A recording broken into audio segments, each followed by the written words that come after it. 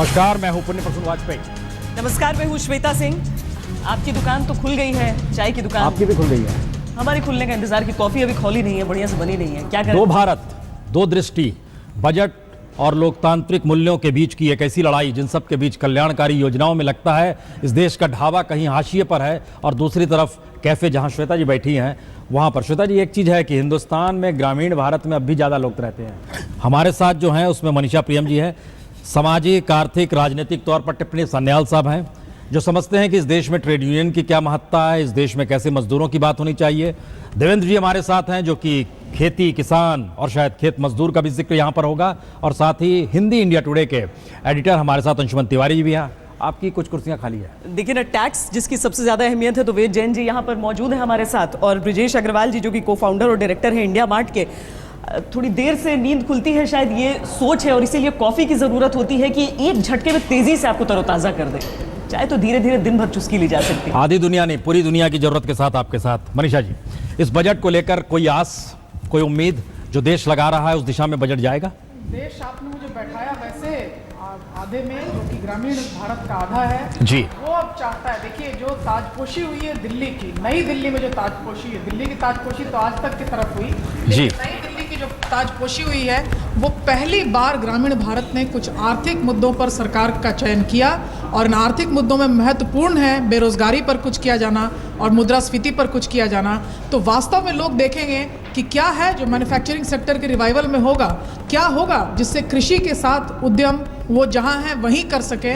भारत में जिस अर्बन की बात हम करते हैं वो वास्तव में गांव से लोग कोई बहुत खुशी से नहीं आते, डिस्ट्रेस अर्बनाइजेशन है। जब जीने का कोई सहारा नहीं रह जाता तब अगली ट्रेन के तीसरे दर्जे के डिब्बे में कहीं बाहर लटक के किसी तरह पहुंचो, और अर्बन में पहुंचकर वहां की पुलिस, वहां की लाठी और वहां के हाशिए पर खुली हुई सांस भी नहीं मिले। लेकिन एक चीज़ तो मिल जाती है, वो है चाय, क्योंकि चाय गर्म पानी है। चाय है ना आपके पास? बिल्कुल। तो देखते हैं कि किस तरह से आस लगा के, और मैं ये मानती हूँ कि इस बार भारत के गाँवों में लोग बैठे हुए होंगे कि मोदी वॉच में क्या आने वाला है मई के चुनावों के बाद, अब जो उनकी जिंदगी को वास्तव में बदले। सन्याल साहब, ये वाकई 25 बरस पूरे हो रहे हैं, और 25 बरस पूरे होने का मतलब हम ये कह रहे हैं कि दरअसल आर्थिक सुधार के मद्देनजर ये 25 साल का बजट आने वाला है। क्या ये माना जाए सन्याल साहब कि इस बजट में वो इमोशंस निकल कर आएंगे? एक तस्वीर हम स्क्रीन पर दिखा रहे हैं, श्वेता जी बताइए, एक तस्वीर आ रही है, पहले वो जिसका जिक्र कर ये नॉर्थ ब्लॉक की तस्वीरें हम दिखा रहे हैं। सबको इतने दिन से इंतजार होता है, परंपरा के तौर पर सब दूर हो जाते हैं कैमरों से, खासकर पत्रकारों से, कि कोई सवाल ऐसा न हो, कोई खबर लीक होकर न पहुंच जाए। बजट का स्वरूप क्या होगा, बजट के बारे में क्या क्या चीजें हैं, वो सारी चीजें वहीं पर रहती हैं। लेकिन अब वो गाड़ी तैयार है जिसमें सवार होकर निकलेंगे, और उसके बाद खुलेगा वो पिटारा जिसमें सबको अपने हिस्से कुछ न कुछ चाहिए। लेकिन जैसा कहते हैं कि सबको एक साथ हमेशा के लिए खुश करना मुमकिन नहीं है, लेकिन क्या थोड़ा थोड़ा खुश करना भी मुमकिन है? लाल दीवारें लुटियंस के दौर की है, उन्होंने इसे बनाया था। लुटियंस की दिल्ली माना जाता है कि ताकत और सत्ता का प्रतीक है, और वहां से गांव दिखाई देता है या नहीं देता है। सन्याल साहब, 25 बरस आर्थिक सुधार के, देखिए 25 बरस से भी ज़्यादा ज़रूरी है इस बात का ध्यान रखना कि भी आज जो है मोदी सरकार की बजट पेश की जा रही है, और जेटली जी इसको जब पेश करने जाएंगे तो उनके पिटारे में से कई चीज़ें निकलने वाली है जो कि मोदी सरकार का रुख के और ध्यान हमारे आकर्षित करेगा। ग्रामीण की बात करें या फिर जिसमें जो चाय के स्वाद हम ले रहे हैं, या फिर हम जो शहर की बात करें जिसमें कॉफ़ी सर्व की जा रही है, दोनों में एक ही बात है।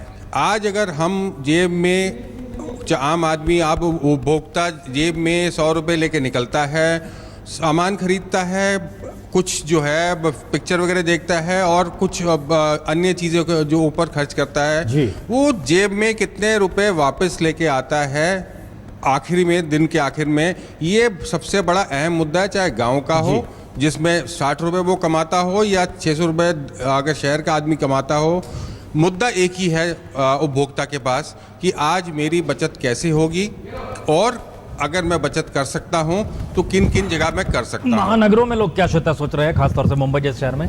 मुंबई तो इसलिए भी क्योंकि सबसे बड़ा थम्सअप वहीं के बाजारों ने दिया है नरेंद्र मोदी सरकार को। वीरेंद्र सिंह गुनावत हमारे साथ हैं। वीरेंद्र, शनिवार का दिन है, बाजार खुला है, आपके साथ कुछ एक्सपर्ट्स हैं, क्या कह रहे हैं वो?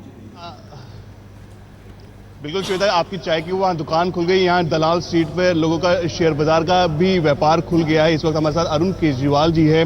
कहते हैं कि दुकान में जब तक फायदा नहीं हो तो कोई मजा नहीं आता। शेयर बाजार में इस वक्त कौन से ऐसे शब्द या कौन से ऐसे लाइंस आप सुनना चाहते हैं वित्त मंत्री से, ताकि ये थम्सअप दे बाजार वित्त मंत्री को थम्सअप करे? देखिए, विश्व भर में अगर आप देखें तो अर्थव्यवस्था जो है, चाहे वो यूरोप हो, चाहे एक अमेरिका को छोड़कर सब जगह एक स्लो डाउन है।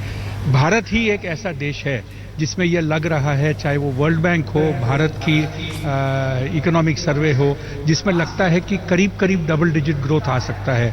विदेशी संस्थागत यहाँ पे पैसा लगाना चाहती है और वो यही चाहती है कि फिस्कल कंसोलिडेशन के ऊपर वित्त मंत्री जोर दे।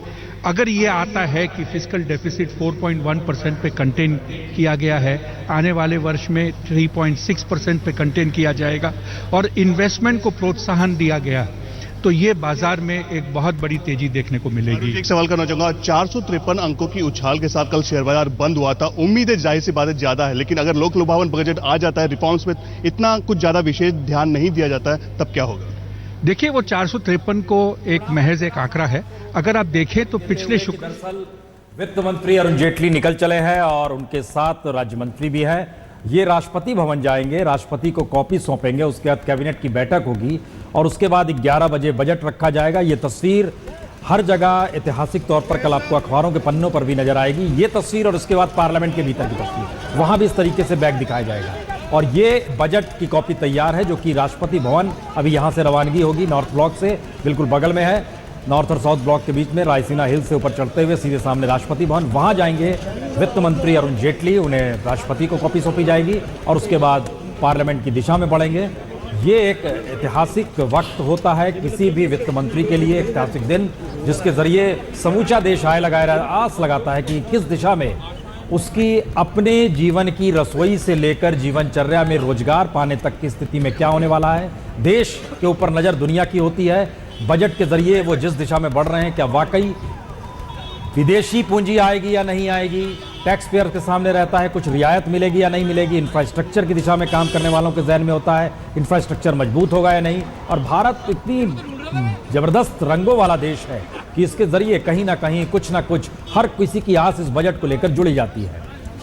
और पता नहीं क्यों वो जो ब्रीफकेस है वो सुनहरा सा लग रहा है प्रसून जी, उसमें लगता है कि आयकर दाता, क्योंकि हम लोग हर इंसान अपने हिसाब से सोचने अगर लगता है तो आयकर के हिसाब से रियायतों के बारे में सोचने लगते हैं विजयन जी। और यहाँ पर जब हम देख रहे हैं, जब सुगबुगाहट शुरू हुई थी लोकसभा चुनाव की, तो एक आइडिया डाल दिया गया बाजार में कि भाई हो सकता है ऐसा कि एक ऐसा दौर आ जाए जब इनकम टैक्स को स्क्रैप कर दिया जाए। बहुत देशों में होता है, धीरे धीरे भी कदम बढ़ सकता है वहाँ तक। देखिए, विजुअल थिंकिंग तो बहुत रहती है और जब मोदी जी की सरकार है तो लोगों की उम्मीदें तो बहुत हैं, लेकिन ये उम्मीद करना कि इनकम टैक्स अबॉलिश हो जाएगा या स्क्रैप कर दिया जाएगा, ये तो बहुत बड़ी विजुअल थिंकिंग होगी। और आज की डेट में डेवलप्ड इकॉनमी में सबसे बड़ा कंट्रीब्यूशन अगर एक्सचेकर को आता है तो वो इनकम टैक्स से ही आता है। सबसे लॉजिकल उम्मीद क्या है आज की? लॉजिकल मुझे उम्मीद ये है कि इस बजट में दो तरह का सामंजस्य किया जाएगा, एक आम आदमी, आम टैक्स पेयर के बारे में, और एक मोदी जी का जो सपना है मेक इन इंडिया और हाउसिंग फॉर ऑल, ये दो इशू के बारे में एक बैलेंस किया जाएगा। जब आम आदमी की बात करते हैं और जो टैक्स पेयर की बात करते हैं, हम जरा दर्शकों को बता दें, ये राष्ट्रपति भवन के भीतर घुसते हुए तस्वीर है, काफिला वहां चल चुका है, वहां पर वित्त मंत्री पहुंचे हैं और जयंत सिन्हा उनके साथ है, जो कि वित्त राज्य मंत्री हैं, वो उनके साथ पहुंचे हैं राष्ट्रपति भवन। यहां पर राष्ट्रपति से मुलाकात, 2 मिनट की बातचीत, एक चाय का प्याला और इन सब के बाद निकल के यहां से तुरंत कैबिनेट की बैठक और उसके बाद पार्लियामेंट और वहां पर बजट की रखा जाएगा। जी, आपकी चाय अभी तक बनी नहीं है हालांकि। मैं कहता कि जैसे अब ये इस सरकार के पास, मोदी जी की सरकार के पास पूर्ण बहुमत आया है और एक बहुत बोल्ड बजट प्रेजेंट कर सकते हैं। और कुछ सर्कमस्टांसेस भी ऐसे हो गए हैं कि पिछले साल में जैसे देखा कि ऑयल के प्राइसेस भी बहुत नीचे रहे हैं, सब्सिडी का भी बर्डन बहुत ज़्यादा नहीं है, महंगाई में भी कोई कमी हुई है, तो वित्त मंत्री जी के पास बहुत स्कोप है बोल्ड स्टेप लेने का। जब बोल्ड स्टेप की बात करते हैं तो जो टैक्स पेयर है उनको राहत देने के लिए, जो छोटा टैक्स पेयर हो चाहे बड़ा टैक्स पेयर हो, उसकी थ्रेशोल्ड लिमिट बढ़ाने में, सैलरीड एम्प्लॉय को स्टैंडर्ड डिडक्शन देने में, हाउसिंग को प्रमोट करने के लिए इंटरेस्ट जो हाउसिंग लोन का है उसको बढ़ाने में, लॉन्ग टर्म सेविंग को इनक्रेज करने के लिए, जो इंडस्ट्री को इंफ्रास्ट्रक्चर को लॉन्ग टर्म में हेल्प करेगा उसमें देने के लिए, इंफ्रास्ट्रक्चर बॉन्ड भी लाए जा सकते हैं जो टैक्स टैक्स पेयर को हेल्प मिल सकती है कि आप उसमें इन्वेस्ट करते हैं तो आपको छूट मिले, और साथ के साथ जो इंफ्रास्ट्रक्चर है उसको पैसा मिले, वो एक बड़ी छूट हो सकती है। आपको लगता है बड़ी आस इन्होंने दिला दी है जिसका जिक्र कर रहे हैं? देवेंद्र जी, आप खेती पर लिखते रहते हैं, लगातार कहते रहते हैं, बोलते रहते हैं, प्रधानमंत्री और लोकसभा का जिक्र जो कर गए, बड़ा इमोशनल भाषण होता था प्रधानमंत्री मोदी का। चुनाव के दौर को याद कीजिए तो, और लोगों को हॉन्ट करता था। कोई ऐसा शख्स आ रहा है जो लुटियंस की दिल्ली में बिल्कुल गांव से उठ के आ रहा है और तहस नहस कर देगा, सेंध लगा देगा, जनता के बारे में सोचेगा। पहला बजट जो आया था और अब जो दूसरा बजट है, उस अब तो पूर्ण बजट माना जा रहा है और दूसरा वित्तीय वर्ष शुरू हो रहा है। माना जाता है कि 5 बरस की सत्ता मिलती है तो काउंटडाउन पहले दिन से शुरू हो जाता है सरकार का। क्या ये आगे वाले 3 साल देखेंगे या बीते हुए 2 साल की स्थितियों के बीच में सरकार खड़ी रहेगी? देखिए, आपने जो बात कही है बहुत महत्वपूर्ण है, इसलिए क्योंकि पहली बार ये हुआ कि हम अक्सर ये मानते थे कि भाजपा जो है ये शहरों की या व्यापारियों की रिप्रेजेंटेशन करती है, लेकिन इस बार जिस तरीके से उनको सारे देश में एक मैंडेट मिला है, तो इसका मतलब साफ है कि गांव का आदमी भी इस बार बहुत अपने सोच के बैठा हुआ है कि इस बार सरकार जो है उसका भी ख्याल करेगी। तो ये बहुत बड़ा चैलेंज है इस गवर्नमेंट के लिए कि क्या वो सारे देश का ख्याल करते हैं या सिर्फ वही कॉरपोरेट या 2% लोगों का ख्याल करते हैं जो पिछले हर बजट में होता है आज तक। तो ये बहुत बड़ा चैलेंज है। अब मुझे पता नहीं कि वो आशा जो है निराशा में बदलती है, क्या होता है, लेकिन एक प्रॉब्लम है।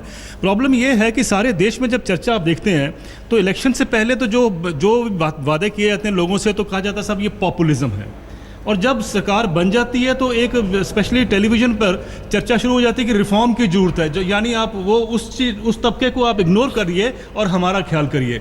अगर ये भी सरकार वही करती है जो अक्सर होता है कि रिफॉर्म्स मतलब है कि आप प्राइवेट सेक्टर को बढ़ावा देते हैं सिर्फ और बाकी देश को भूल जाते हैं, तो मुझे लगता है कि एक बहुत बड़ा एक मैसेज जाएगा लोगों के पास कि जो कमिटमेंट पॉलिटिकल पार्टीज करती हैं इलेक्शन के टाइम पर, उसका कोई मतलब नहीं होता इन रियलिटी जब वो सरकार में आती हैं। ये कहीं ये ना हो कि वो चुनावी जुमला बन के रह जाए, एक मैसेज चला जाए लोगों के पास कि साहब ये तो सिर्फ ऐसे प्रॉमिस किए जाते हैं। तो ये बहुत बड़ा चैलेंज है और मैं एक्सपेक्ट करता हूं कि इस बार प्रधानमंत्री जो हमारे हैं इस बात से वाकिफ हैं, इस बात से, और उनके सामने भी एक बहुत बड़ा चैलेंज है और एक्सपेक्ट करना चाहिए, क्योंकि देश के जो आज हालात हैं, आप ये ना भूलें कि आज सबसे भयंकर क्राइसिस जो है वो एग्रीकल्चर में है। इसलिए है कि दुनिया में कमोडिटी प्राइसेस क्रैश कर गए हैं और हमारे देश में आप जो आपके सामने हालात हैं उसका इम्पैक्ट जो पड़ा है, और अगर इस सिचुएशन में आपने उस तबके को नहीं उभारा तो मुझे लगता है कि सारी की सारी जो इकोनॉमी है वो वहीं की धरी की धरी रह जाएगी कि साहब आप कहेंगे साहब मेरा जीडीपी तो आप 7 का क्या 8 का क्या 12% भी कर लीजिए,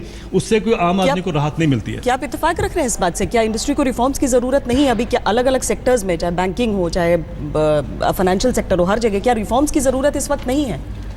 मेरे हिसाब से पूरे भारत में कौन सा ऐसा सेक्टर है जहाँ पे आदमी ये नहीं चाहता कि इसमें रिफॉर्म्स हो जाएं, काम करना आसान हो जाए, उसको हर एक चीज़ जो चाहिए, चाहे वो पैसा है, चाहे वो स्किल्ड आदमी है, वो उसको मिल जाए। ये एग्रीकल्चर के लिए भी सही है, ये मैन्युफैक्चरिंग के लिए भी ठीक है, ये सर्विसेज के बिजनेसेस के लिए भी ठीक है, और ये टेक्नोलॉजी बिजनेसेस के लिए भी यही। तो फिर ये थ्रेट के तौर पर क्यों देखा जा रहा है कि फिर एक बार फिर उसी तरफ, उद्योग की तरफ ही सारा ध्यान चला जाएगा? देखिए, मोदी जी ने कल ही कहा था कि कहीं ऐसा ना हो कि इंडस्ट्रीज़ और बिजनेस ये 2 शब्द ऐसे बन जाएं जेटली जी जो कि बिल्कुल ही बुरा शब्द की तरीके से सोचा जाए। एक ये धारणा हमेशा से रही है और आज नहीं, सदियों से रही हुई है कि ये जो बिजनेस करते हैं वो गरीबों को लूटते हैं, इसमें कोई शक की बात नहीं है। लेकिन हमें ये भी देखना पड़ेगा कि चाहे वो एग्रीकल्चर ही हो, जहाँ पर भी जा कर के एक ऑर्गेनाइज तरीके से लोगों ने काम करना चालू किया है, वहाँ पे आखिरी तबके पे, चाहे वो एक किसान हो और चाहे वो एक कर्मचारी हो, उसको फ़ायदा हुआ है। अगर आप ई चौपाल का एक एग्ज़ाम्पल ले लीजिए जो आईटीसी ने चलाया था, सबसे ज़्यादा फ़ायदा उसका किसको मिला? उस किसान को मिला जिसको कि अपनी जो फसल थी उसका जहाँ 100 रुपये पहले मिला करता था, आज उसको 250 रुपये मिलना चालू हो गया। किस वजह से मिलना चालू हो गया? उसको पता था कि वो जो 100 रुपये उसको दे रहा है वो आदमी जो बीच का एक मिडिल मैन है, अब उसको किसान को मालूम है कि दूसरे शहर में जाकर के बेचता हूँ तो 500 रुपये में ये बिक जाएगा। कहता है ठीक है, मैं अपना सामान उठाऊँगा दूसरे शहर में ले जा कर के बेच दूँगा। और नहीं तो आईटीसी जैसी कंपनी रेडी में वहीं पर ही कह देती है कि साहब लीजिए, आप मेरे को 400 रुपये में ये माल दीजिए, मैं आपसे हाथ ही हाथ खरीद लेता हूँ। ये हमें चीज़- लग रहा है खाली मसला देखिए इंडस्ट्री का नहीं है। आप इंडिया टुडे के एडिटर भी हमारे साथ हैं, अंशुमन जी हमारे जहन में आ रहा है कि अगर ये सरकार के पास विजन है या नहीं है, ये बहस भी अब होनी चाहिए। बनारस में कोका कोला की फैक्ट्री नहीं लग पाई, आप वहाँ एनओसी नहीं मिल रहा था इतने दिन से, उसको छोड़ के जाना पड़ गया। उससे हिंदुस्तानी कोका कोला ब्रिवरेज जो थी वह भी नहीं लेगी, कल उसकी भी खबर आ गई। हमारा सवाल ये है कि क्या ये सरकार उस विजन में उलझी हुई है कि मेक इन इंडिया करें, या पिछले 60 बरस की जो इकोनॉमिक पॉलिसी थी उसकी स्क्रीनिंग इंडिया करें? कहाँ फंसा हुआ है मामला? पिछले 9 महीने में इस असमंजस को आप साफ तौर पर महसूस कर सकते हैं कि सरकार की दिशा क्या हो, सरकार किस तरफ जाए, आर्थिक सुधारों की तरफ जाए, ग्रामीण अर्थव्यवस्था की तरफ जाए, चाय वाले की तरफ देखे या चाय कंपनी की तरफ देखे, इन दो के फर्क के बीच है। और इसलिए जहाँ से हमने बहस शुरू की थी कि ये 25 साल का सबसे महत्वपूर्ण बजट है, इसलिए उसकी 2 वजह हैं। 91 से लेकर 2015 तक हम रिफॉर्म का एक पूरा दौर देख चुके हैं, उसके फ़ायदे भी देख चुके हैं, उसके नुकसान भी देख चुके हैं। हमने देखा कि कंज्यूमर उभरा, उसको कई सारी सुविधाएं मिली, पर हमने देखा कि क्रोनी कैपिटलिज्म भी उभरा भारत में बड़े पैमाने पर। हमने ये देखा कि पिछले 25 साल के सुधार में कुछ क्षेत्रों में अच्छे सुधार हुए, लोगों को सुविधाएं मिली, कुछ क्षेत्रों में हमने देखा कि बैंक आज किस स्थिति में बैठे हुए हैं और किस लेवल तक लोग बैंकों को लूट चुके हैं, जो कि सरकार भी मान रही है कि किस स्तर तक बोरोइंग्स हो चुकी हैं। तो सुधारों का वो चेहरा भी हमने देखा जिसने लोगों को राहत पहुंचाई, और सुधारों का वो चेहरा भी देखा जिसने देश में असमानताएं बढ़ाई। तो इसलिए ये बजट 91 और 95 के बजटों की तुलना में महत्वपूर्ण ये नहीं है कि कितने बड़े सुधार ये बजट लेकर आता है, ये सुधारों को कितना संतुलित करता है, कितना कैलिब्रेट करता है। और वो कैलिब्रेशन की उम्मीद के साथ नरेंद्र मोदी सत्ता में आए थे। वो ये तय करना चाहते थे कि आप सही संतुलित करेंगे, आप सुविधाओं का सुधारों का सही बंटवारा निर्धारित करेंगे। इस बजट को लोग इसलिए नहीं देखेंगे कि इस बजट के बाद सेंसेक्स कहाँ जाएगा। दुनिया में भारत पहला देश है पिछले 2-3 सालों में जहां रियल इकोनॉमी और मार्केट इकोनॉमी का कोई कनेक्ट नहीं है। भारत की अर्थव्यवस्था नीचे की तरफ है और शेयर बाजार ऊपर की तरफ है। तो इसलिए ये डिस्कनेक्ट साफ दिख रहा है। मुझे एक और चीज़ महत्वपूर्ण दिखाई दे रही है कि इस बजट की शुरुआत कुछ अजीब से आंकड़ों से हो रही। यहाँ बैठे सारे लोग ये मानने को सहमत होंगे कि देश में कहीं ग्रोथ नहीं है, गंभीर डाउन टर्न है, पर इकोनॉमिक सर्वे कहता है कि देश में 7.5% की ग्रोथ रेट है। क्या हम उस ग्रोथ रेट को महसूस कर रहे हैं?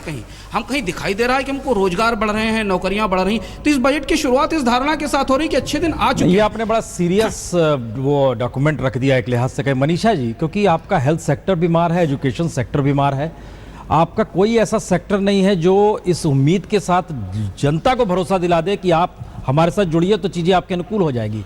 मुनाफाखोरी कहीं ज़्यादा है। इस दौर में कंज्यूमर को भी लूटना है और इस दौर में बेसिक इंफ्रास्ट्रक्चर भी नहीं देना है। मनीषा जी देखिए, इनमें से कुछ चीज़ों को तो हम एक्सपेक्ट कर सकते हैं। जैसे इंफ्रास्ट्रक्चर पर मैं एक्सपेक्ट करती हूँ कि इंफ्रास्ट्रक्चर में पहल होगी, लेकिन एक तरह से अगर आप देखें कि ग्रामीण भारत और कृषि, इन सब पर कोई पहल है कि नहीं, कोई खास सोच है कि नहीं, वहाँ मैं ये बिल्कुल सहमत हूँ कि एक तरह से विजन भी टटोल रहे हैं। कल के यदि प्रधानमंत्री के भाषण को ही लिया जाए तो उनमें मुख्य हाइलाइट्स क्या थे? मुख्य हाइलाइट्स ये थे कि लगभग मैं आप पर चुटकी लेते हुए नरेगा, जनधन के जरिए, मतलब नरेगा का एक परिवर्तित फॉर्म डायरेक्ट कैश ट्रांसफर्स के रूप में आ जाएगा।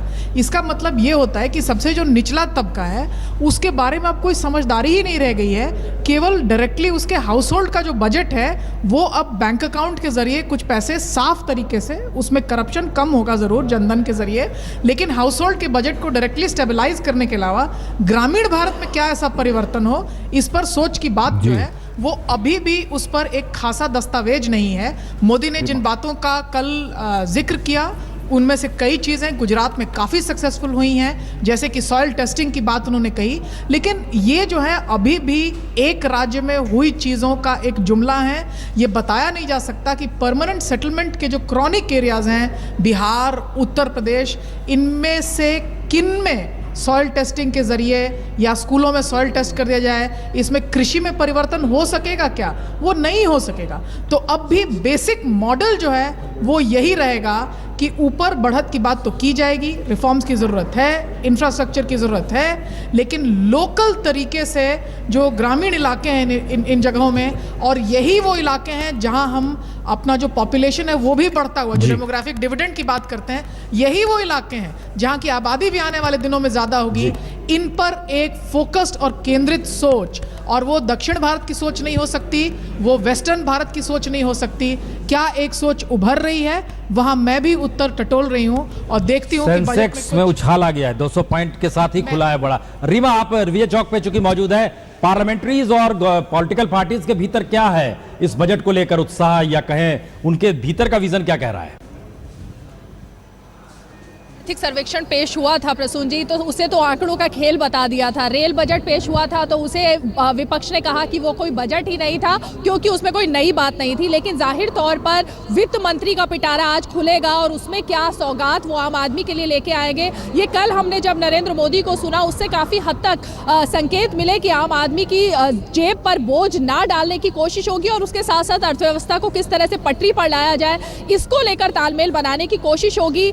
लगातार नरेंद्र मोदी ने कल ये भी कहा कि काले धन पर लगाम कसा जाएगा, किसानों की उन्होंने बात कही और गरीब की बात की, और इसी से ये भी अब विपक्ष को लग रहा है कि शायद ये तमाम चीजें आज फिर एक बार आंकड़ों के जरिए वित्त मंत्री अपने बजट में पेश करने की कोशिश करेंगे। लेकिन जाहिर है कि सियासत क्योंकि गर्म है, इसलिए विपक्ष को तो यही लग रहा है कि अर्थव्यवस्था को पटरी पर लाना ये किस्मत की बात जो नरेंद्र मोदी करते रहे कि उनके भाग्य का ये खेल है, ये वो भाग्य का खेल नहीं है बल्कि आंकड़ों का खेल है। और जाहिर है जब वित्त मंत्री बजट भी पेश करेंगे तो उसमें जो भी समाधान वो निकालने की कोशिश करें, लेकिन विपक्ष को तो रास नहीं ही आएगा। लेकिन भाग्य की बात बोलने के बाद प्रसून जी, उसके बाद से उनके भाग्य को एक झटका जरूर मिला था, इसलिए उसके आगे अभी बात होगी नहीं उसकी। लेकिन यहाँ पर बजट में हमारे भाग्य की भी बात हो चली है, धीरे धीरे हमारा लंबा हो रहा है। यहाँ पर हम सर चर्चा कर रहे थे इस बात को लेकर कि क्या एक ऐसा संतुलन निकाला जा सकता है जहाँ पर उद्योग की उम्मीदों का भी ख्याल रखा जाए, किसानों का भी ख्याल रखा जाए, किसी को ताक पर रखकर उसके कॉस्ट पर दूसरे का भला न हो। यहाँ पर अगर हम बाजार को देखते हैं 200 अंकों के उछाल के साथ खुलते हुए, तो वहाँ पर हम उम्मीद कर सकते हैं कि वो जो बाजार का सेंटिमेंट है वो हमारा भी सेंटिमेंट होगा दिन के अंत में। माइक लेकर सर। उम्मीद तो डेफिनेटली कर सकते हैं हम लोग, क्योंकि आप देखिए कि इस बजट से सब लोग supply side make in India के बारे में बात कर रहे हैं। मैं तो कह रहा हूं कि जब तक डिमांड जनरेशन नहीं होगी तब तक सप्लाई साइड की ज़रूरत क्या है। तो मैं एक्सपेक्ट करता हूं कि इस बार हर एक के पास थोड़े पैसे और आएंगे। जो हम सुन रहे थे सुबह से कि भाई ये बजट में इन्फ्लेशन कम हो जाएगा, बजट टमाटर के दाम के बारे में नहीं करता है कभी। अगर आपके पास पैसे आ जाएं तो you can cope with inflation. तो मैं सोच रहा हूं कि चाहे किसान हो चाहे इंडस्ट्री हो, अगर डिमांड जनरेशन शुरू हो जाए। अगर आप देखें पिछले साल एक्चुअली जो भी कंपनियां जो आप क्रिटिसाइज करते रहते हैं इंडस्ट्री को, सारे के सारे वॉल्यूम्स गिर रहे हैं। क्यों गिर रहे हैं? क्योंकि डिमांड जनरेशन नहीं हो रही है। तो जब तक पैसे नहीं आएंगे हाथ में, जब तक लोग के पास ज़्यादा नहीं आएगा, तो वो डिमांड जनरेशन होगी ही नहीं। तो आप मेक इन इंडिया पॉलिसी कैसे आगे बढ़ाएंगे? तो मैं तो सोचता हूं कि इस बार इस बजट में डिमांड जनरेशन पे ज़्यादा फोकस होगा सबके लिए। यह ढाबे में आपत्ति आपकी बात पे सनियाल साहब, हर के पास पैसा किसके पास आना चाहिए भाई? देखिए दो मुद्दे इसमें अहम हैं। एक तो अभी जैसे बताया गया डिमांड एंड सप्लाई, बहुत सही बात कही गई कि डिमांड एंड सप्लाई का जो खेल है यही किसी भी इकोनॉमी को चलाता है। इसको बैलेंस करना वित्त मंत्री का काम है, प्रधानमंत्री का काम है, और ये किसी एक शहर या ग्रामीण से जुड़ा नहीं है। ये जो बैलेंस है ये मेंटेन करना ही वित्त मंत्री का काम है बजट के थ्रू। दूसरा मुद्दा जो बहुत अहम है, जो मोदी सरकार कहती आई है कि इनकी जो इंफ्रास्ट्रक्चरल ग्रोथ है उसके ऊपर ध्यान ज़्यादा जाएगा। और मेरा मानना है कि कोई भी इंफ्रास्ट्रक्चरल ग्रोथ जो है वो पैसे के बगैर तो आ नहीं सकता है। और डिस इन्वेस्टमेंट की जो ये बात करते हैं, मेरा ये कहना है सनियाल साहब, हमें लग रहा है हम लोग थोड़ा सा एक चीज़ को लकीर समझ लें। उन्होंने कहा पैसा आना चाहिए, हमारे दिमाग में तुरंत आ गया विदर्भ और मराठवाड़ा में हर दिन 4 खुदकुशी किसान कर रहा है। बिहार के मधेपुरा से खबर आती है कि यूरिया लूट लिया गया, यूरिया नहीं है। हरियाणा तक में जो दिल्ली सटा हुआ है वहाँ दिक्कत हो गई है, यूरिया की कीमत बढ़ गई है, यूरिया मिल नहीं रहा है। हम बोल रहे किस बैलेंस की बात आप कर रहे हैं? देखिए इसमें बैलेंस की हम जो बात कर रहे हैं वो एक ही बैलेंस की बात कर रहे हैं कि ग्रामीण के लोग ग्रामीण में रहते हुए पैसे कमाएं। ये बहुत अहम मुद्दा है कि उनको शहर तक भाग के आना ना पड़े पैसे कमाने के लिए, क्योंकि इसमें ग्रामीण क्षेत्र में जो स्थिति आज के दिन है वो ये है कि आज भी वो एक विशेष साइकिल से निकल नहीं पाए हैं। पिछले कई बजटों में जो है इनके लिए काफ़ी सुविधा दी गई है।